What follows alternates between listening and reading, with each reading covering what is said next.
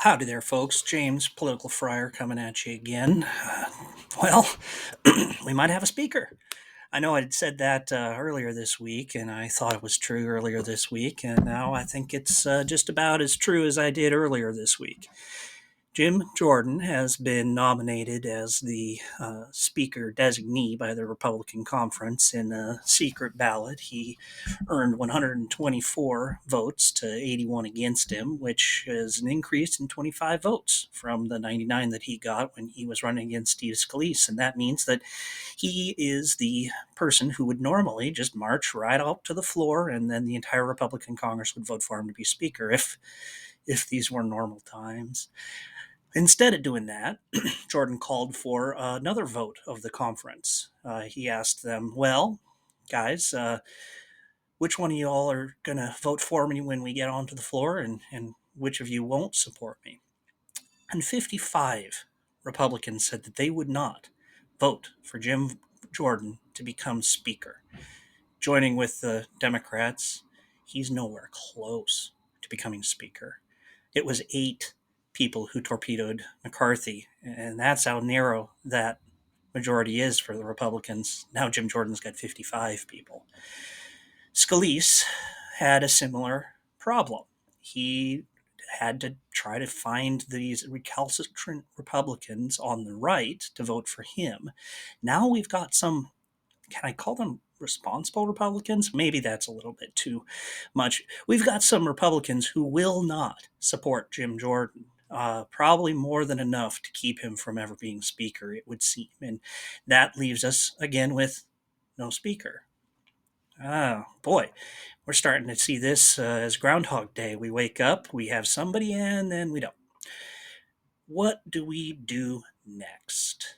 Well, there's a couple of options. The Republican conference could elevate temporary Speaker McHenry and just give him some ability to pass basic legislation, or at least bring it to the floor where it could pass in a bipartisan manner. The aid package for Israel being the thing that comes immediately to mind. I think that Congress has a strong appetite and they want to vote on that. And so it's possible that they could have some type of limited ability for McHenry to bring that type of bill to the floor. And that could, I suppose, expand into more just practical empowerment of McHenry just because the Republican conference can't get itself together to do anything in a normal sort of way. We could, as House members Mike McCall and Mike Rogers have suggested, see these reasonable Republicans, okay, I'm just going to go ahead and use it, reasonable Republicans go over and talk to the Democrats. And they could ask the Democrats, hey, what do you want to have one of us, reasonable Republicans, become the Speaker? Do you want committee assignments? Do you want some sort of power sharing? Do you want something? This would be effectively going across the aisle to attack the fringe. And it's something that just doesn't happen in American politics. In American politics, the backbenchers get in line, except now they're not.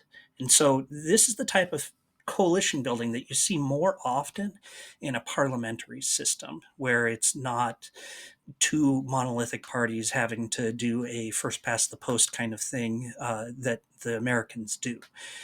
In a parliamentary system, you can have multiple parties because you can have parties on the fringes that might make the difference in a majority, or even parties in the middle that might swing and make a majority. That's basically what the Liberal Democrats hang their hat on in the United Kingdom. Is they're pretty much in the middle, and the moderates will sometimes, or rather the moderates will sometimes be able to make a king if both the left and the right are so evenly divided. Or king, prime minister, not a king. So what we might see is something like that emerge. Now, that is not a stable government in the House. If you've got the center Republicans joining with the still fairly well disciplined Democrats, that's actually a recipe for the Democrats starting to inch more and more and more power away from the majority Republicans. And that is one of the unforeseen or foreseen or maybe ignored consequences of the 8 Republicans who decided to take down McCarthy. It might actually end up benefiting the Democrats.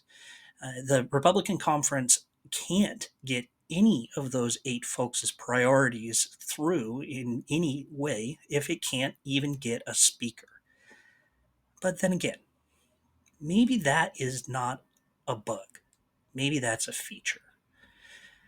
I say that because I thought that Steve Scalise was probably going to be elected to be the speaker. I thought that he was going to get the traditional Republican loyalty, and that was until Donald Trump got involved. He made a comment that he didn't think that Scalise could do it for health reasons. Well, that was enough. I have some uh, doubt that that was all Donald Trump said. I think that Donald Trump probably called his loyalists in Congress and said he wanted Jim Jordan, and that he didn't care if it torpedoed Scalise, and he also didn't care if it caused trauma and and just chaos, because Donald Trump has made a political calculation that chaos benefits him. Bad governance is good for Trump. And I think he's making the correct political calculation. From a purely cold blooded, Donald Trump wants to amass power unto himself. Yeah, he's right that chaos benefits him because his political brand is as the conquering savior, the white knight. If you don't have a monster to slay, why do you need a hero?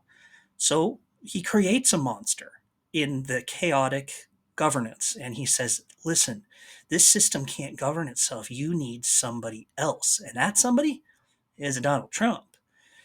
It's a very classic, populist demagogue move, is you tear things down and then present yourself as the solution. And Donald's running the same playbook that we've seen throughout history. And I'm afraid it's working. So, what ought to happen? Well, what ought to happen is what Michael McCall and Mike Rogers suggest. The moderate Republicans need to reject their right wing. It wouldn't be a bad thing if the Republican conference expelled those 8 people who brought down McCarthy, even if it results in the Democrats gaining some power. It's temporary. There'll be elections, but you can't tolerate that kind of bad behavior. That type of unwillingness to serve your country is truly remarkably bad. It's irresponsible. And the reasonable Republicans, the huge majority of Republicans who are reasonable, owe it to their country to discipline their own right wing fringe. And they need to really put country before party in a way that Donald Trump simply won't. And they need to do it soon. Anyway, it's just my take. You can tell me how wrong I am in the comments down below. Please like, subscribe, tell your friends for goodness sakes, and make a comment on the YouTube video. That actually really helps the algorithm show these videos to other people and helps me, have a little bit more fun doing this. Anyway, thanks.